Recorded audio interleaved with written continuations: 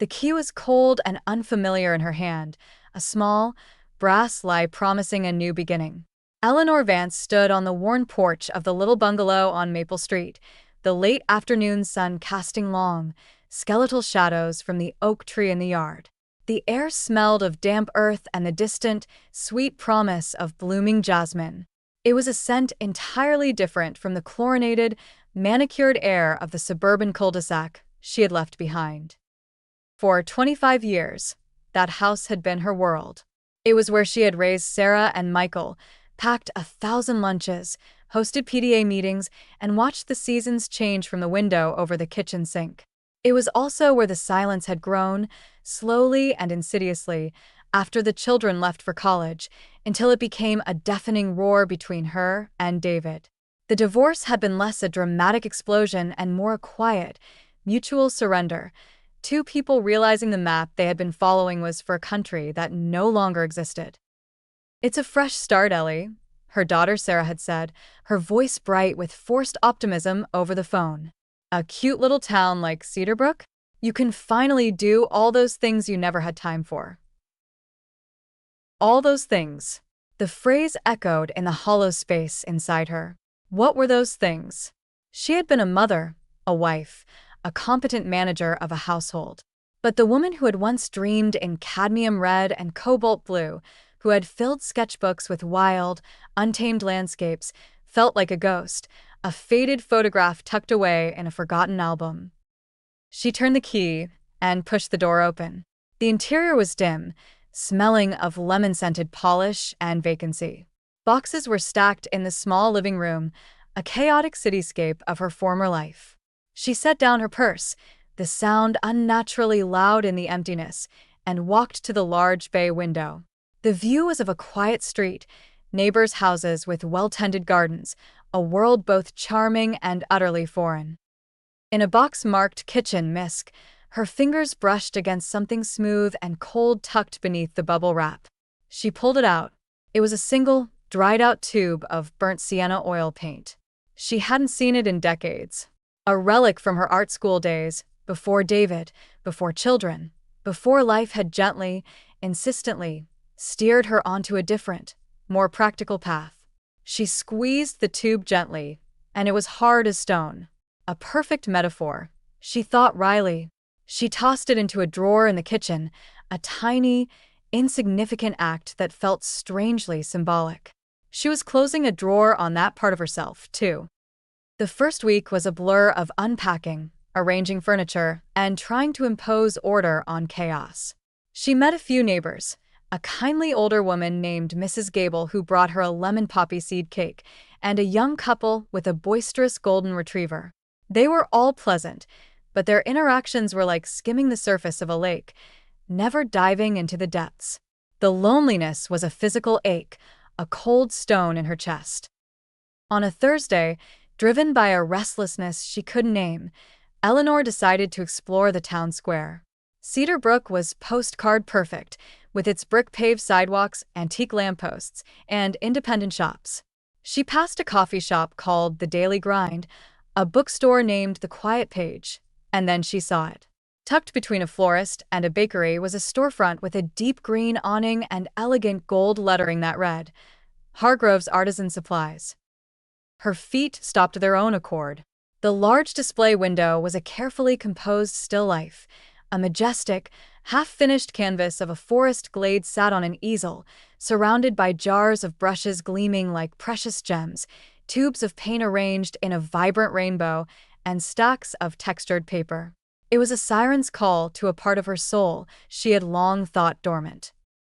Taking a deep breath, she pushed the door open, triggering a soft chime. The interior was a sanctuary. The air was thick with the holy scents of turpentine, linseed oil, and paper. Canvases leaned against walls like sleeping giants. Racks held every conceivable art supply. It was overwhelming and utterly wonderful. "Be right with you," a warm, baritone voice called from the back. A moment later, a man emerged from behind a tall shelf. He was probably in his late 50s, with kind, crinkling eyes the color of sea glass and a head of thick, silver-gray hair that looked as if he'd been running his hands through it. He wore a charcoal gray sweater with a faint smudge of cerulean blue on the sleeve, a badge of his trade. "Welcome to Hargrove's," he said, his smile easy and genuine. "First time in?" Eleanor felt strangely flustered. "Is it that obvious?" He chuckled. "New faces in a small town tend to stand out. I'm Arthur Hargrove." He didn't extend a hand, instead wiping a smudge of what looked like yellow ochre from his fingers with a rag. "Eleanor Vance," she said. "I just moved here." "Ah, the bungalow on Maple Street. Mrs. Gable's old place. I hope you like lemon cake." Eleanor found herself smiling. "I've already been initiated." Arthur's gaze was thoughtful, not intrusive. "So, Eleanor Vance, what brings you into my den of creativity? Are you an artist?"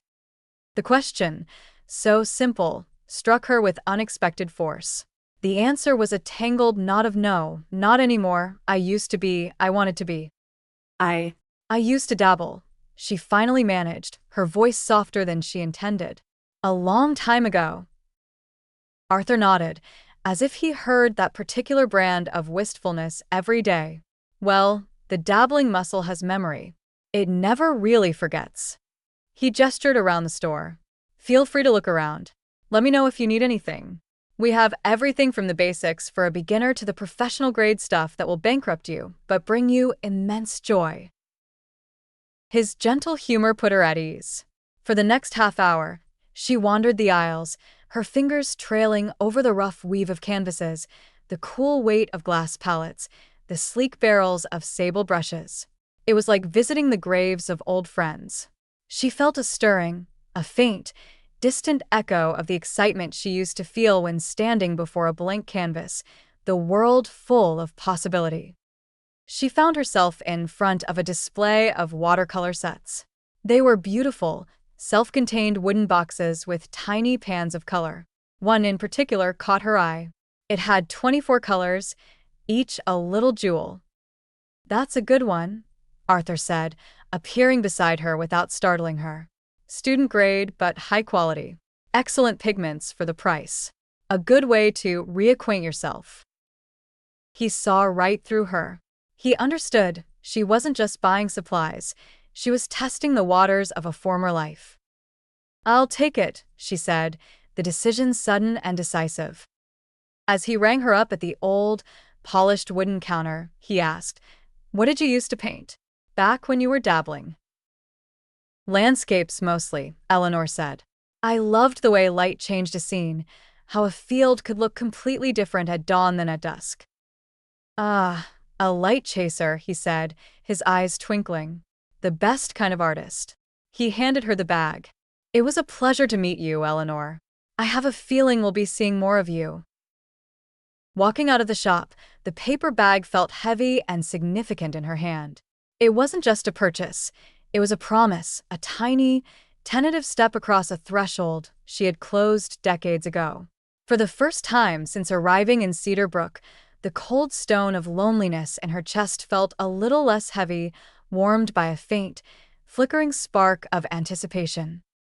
The first attempts were frustrating. Sitting at her small kitchen table, the pristine watercolor paper stared back at her, a daunting expanse of white. Her hand, which had once moved with intuitive grace, was stiff and clumsy. The colors bled into each other, creating muddy, unsatisfying washes. The jasmine vine outside her window, so delicate and alive, looked like a green blob on the page. She wanted to capture the way the morning light filtered through the oak leaves, dappling the grass in shifting patterns of gold and shadow. But her brush could only produce flat, static shapes. The magic was gone. The spark that Arthur Hargrove had ignited sputtered and threatened to die. This was a mistake. That part of her was dead and buried, and trying to exhume it was just a sad, messy exercise. Dejected, she almost threw the entire set in the trash. But something stopped her. Arthur's words, "The dabbling muscle has memory." So, she persisted. She started small, painting simple things, a single cup on the counter, the shape of a leaf. She didn't try for masterpieces. She tried for familiarity. She began taking walks around Cedar Brook, a small sketchbook in her purse, and she would stop and quickly jot down a composition: the arch of a bridge over the brook, the intricate ironwork on a balcony, the weary, handsome face of the old clock tower. She found herself walking past Hargrove's more often than was strictly necessary. Sometimes she would go in just to browse. Arthur was always there, always with a paint smudge somewhere, always ready with a piece of advice or a quiet word of encouragement. "You're overworking this guy," he said one afternoon, looking over her shoulder at a small watercolor of the brook. He didn't touch her work, just pointed. "Watercolor is about transparency. Let the paper do some of the work. Try a wet-on-wet technique for the clouds.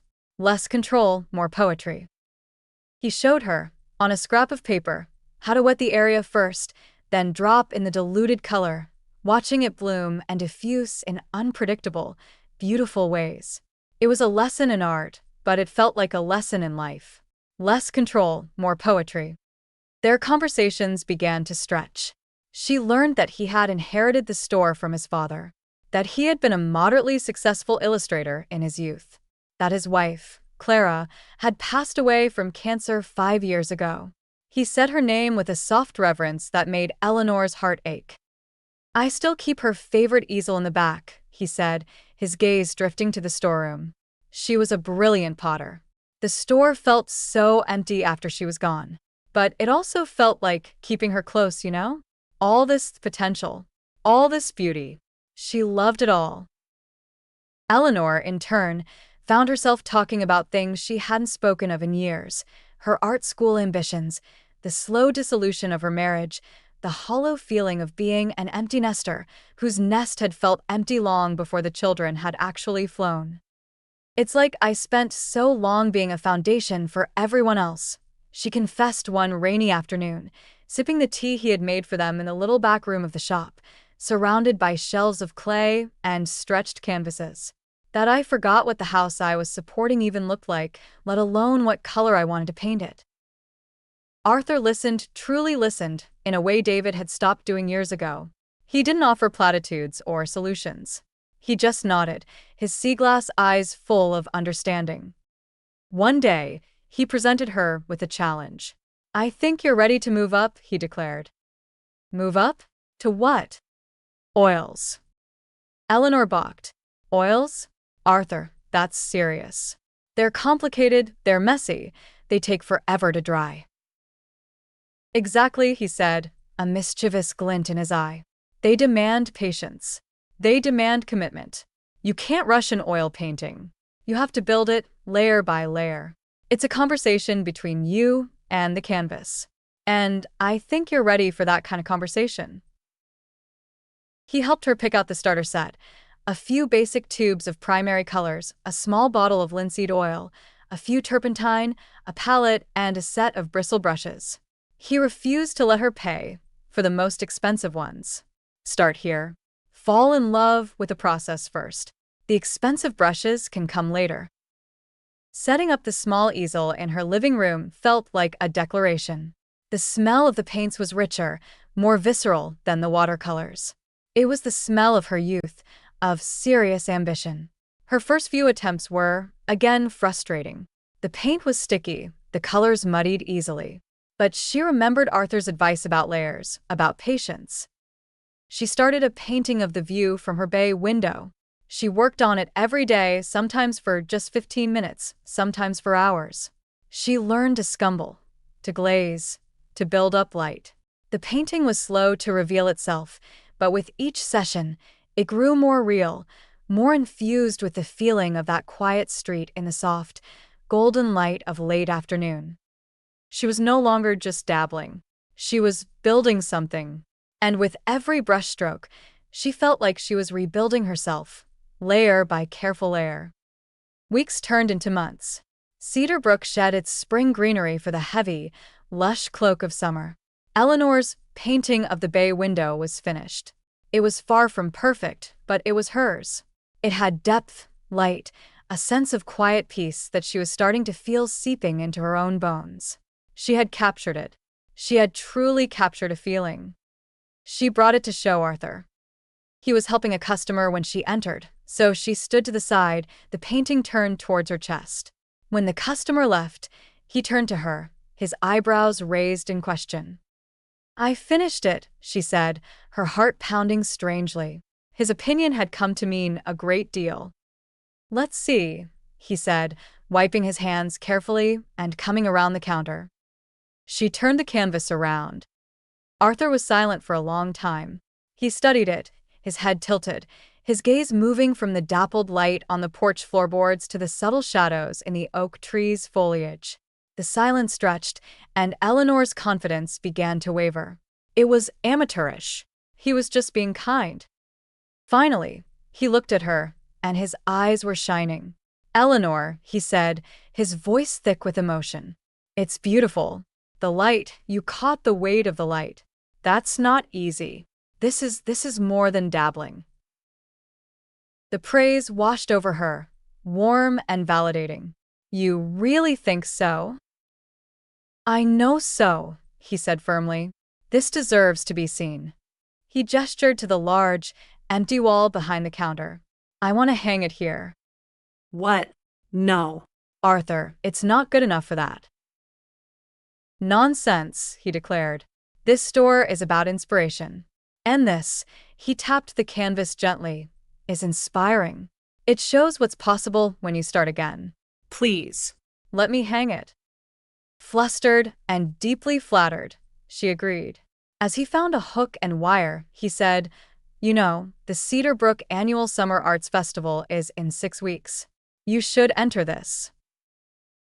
The idea was terrifying. The festival? With real artists? I couldn't.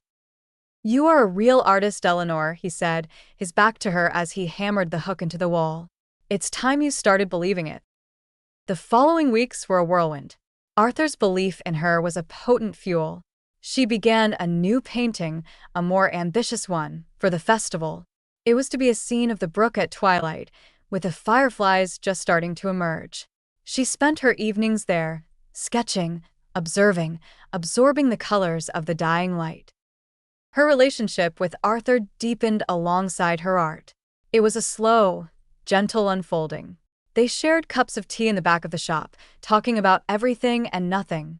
He told her stories about Clara, and she found she could listen without jealousy, only a sense of shared loss and understanding. She told him about the small triumphs and frustrations of her children, and he celebrated and commiserated with her. One evening, as she was packing up her things by the brook, he appeared, carrying a picnic basket. "I thought you might be hungry," he said, "and the light is too good to leave just yet." They sat on a blanket, eating bread, cheese, and apples as the stars began to prick the violet sky. The conversation drifted into a comfortable silence. The air was warm, filled with the chirping of crickets and the soft gurgle of the water. "Clara would have liked you," Arthur said quietly, looking out at the water. "She was fierce, like you. She never let anything stop her from creating. Not even me." Eleanor looked at his profile, silvered in the twilight. "I think I would have liked her, too." He turned to her, his expression serious.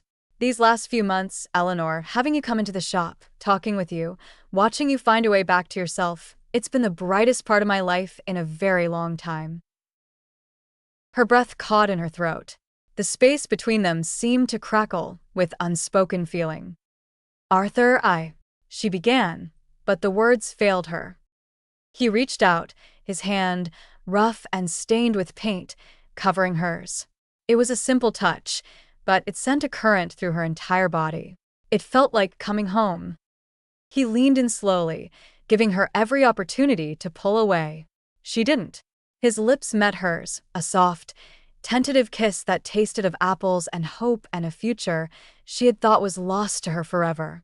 It was a kiss that was both an ending and a beginning, the final, gentle closing of one painful chapter and the thrilling, uncertain opening of another. The new chapter was painted in the golden hues of a Cedar Brook summer. Eleanor and Arthur became a quiet fixture in the town, the artist and the art supplier, seen walking together in the evenings, sharing a table at the daily grind, their laughter easy and intertwined. Eleanor threw herself into her painting for the festival with a new, fierce joy. The canvas of the Twilight Brook came alive under her brushes, infused with the newfound warmth in her heart. She layered the deep blues and purples of the water, stippled the first faint, glowing specks of fireflies, and captured the last, lingering kiss of orange on the horizon. It was a painting about transition, about the beautiful, mysterious moment between day and night, between being alone and being part of something. Arthur was her steadfast supporter, her gentle critic, her champion. He built her a proper studio easel in his workshop, a solid, beautiful thing that felt like a permanent anchor in her life. But as the festival drew nearer, the old shadows of doubt began to creep back in. The fear of judgment, of being exposed as an amateur, became a constant, buzzing anxiety. David, her ex-husband, called to check in, and his surprise when she told him about the painting and the festival felt condescending. "That's quite a hobby you've picked up, Ellie," he'd said, and the word hobby felt like a dismissal. The past had a gravity, and it was pulling at her. The conflict came to a head the week before the festival. She was in Arthur's back room, varnishing her finished piece, when a woman entered the shop. She was elegant, in her 60s, with a sharp, critical eye. "Arthur Hargrove, I heard a rumor you were finally displaying local work," she said, her voice carrying. Her eyes fell on Eleanor's bay window painting hanging behind the counter. She scrutinized it for a moment. Charming. A bit simplistic, but charming. "Student work, I assume?" Eleanor froze, the varnish brush poised in her hand. Arthur's smile was tight. "Good to see you, Beatrice. That's by one of our local artists, yes." Beatrice waved a dismissive hand. "Well, it's nice to encourage them, I suppose. I'm here to pick up the order of French ultramarine you set aside for me. Nothing like the real thing, is there? These student-grade pigments are so anemic." She was everything Eleanor feared, the established, real artist who saw her efforts as a cute pastime. The woman's comments picked at the fragile scab of her confidence. After Beatrice left with a haughty nod, the shop felt different. "Don't listen to her," Arthur said, coming into the back room. "She's been a snob since art school. Her work is technically perfect and completely soulless." But the damage was done. The old narrative, "You're not a real artist, this is just a hobby, you're fooling yourself," roared back to life. "I can't enter the festival, Arthur," Eleanor said, her voice trembling. "She's right. It's simplistic. It's amateurish. I'll be a laughingstock." "Eleanor, look at me," Arthur said, his voice firm. He took her hands, which were shaking. "Your work has heart. It has light. It has a voice. Beatrice's work has rules. Which one do you think moves people? Which one is truly art? But what if no one likes it? What if they all see what she sees? Then they're blind," he said simply. "But you can't let fear dictate your choices anymore. You left a whole life behind to find yourself. Don't stop now, not when you're so close."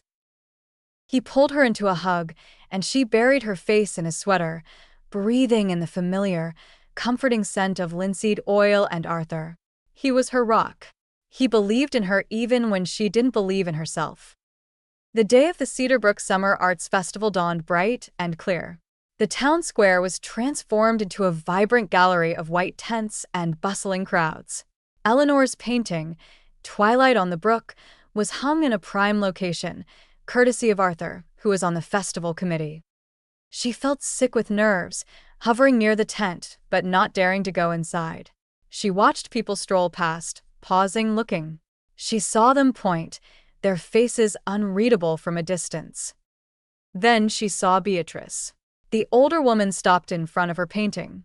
She stood there for what felt like an eternity, her head cocked. Eleanor's heart hammered against her ribs. This was it, the public humiliation. Beatrice turned, her eyes scanning the crowd. They landed on Eleanor. To Eleanor's utter astonishment, Beatrice gave a small, slow nod of acknowledgement. It wasn't a smile, it wasn't warm, but it was unmistakably a gesture of respect. Then she moved on. A moment later, A woman approached Eleanor. "Are you the artist?" she asked, her eyes bright. "Yes," Eleanor whispered. "I just had to find you," the woman said. "That painting, it's extraordinary. It feels so peaceful. It reminds me of evenings at my grandmother's house. It feels like coming home. Is it for sale?" Eleanor was speechless. She could only nod. By the end of the day, Twilight on the Brook had not only sold for a price that made her head spin, but she had also received 2 commissions. The festival judge, a gallery owner from a nearby city, awarded her an honorable mention with a note that read, "For a masterful and evocative capture of light and atmosphere." As the festival wound down, Arthur found her. She was standing under the old clock tower, the award ribbon in her hand, watching the sunset paint the sky in colors she now felt she knew intimately. He came to stand beside her, not saying a word, just sharing the moment. "I did it," she said finally, her voice full of wonder. "You did," he replied, slipping his hand into hers. She looked at him, this man who had given her back her colors, who had shown her that second chances were not just possible, but could be more beautiful than the first. The love she saw in his sea-glass eyes was a reflection of the love she felt blooming, bright and undeniable, in her own heart. "I'm not going anywhere, Arthur," she said softly. He smiled, a slow, joyful smile that reached his eyes. "Good," he said, "because my world is so much brighter with you in it, Eleanor Vance." He leaned down and kissed her, there under the painted sky, as the town of Cedar Brook settled around them, a perfect, finished canvas of their new beginning. The empty nest was filled not with the noise of the past, but with the quiet, profound peace of a future she had painted for herself, one brave, beautiful brushstroke at a time.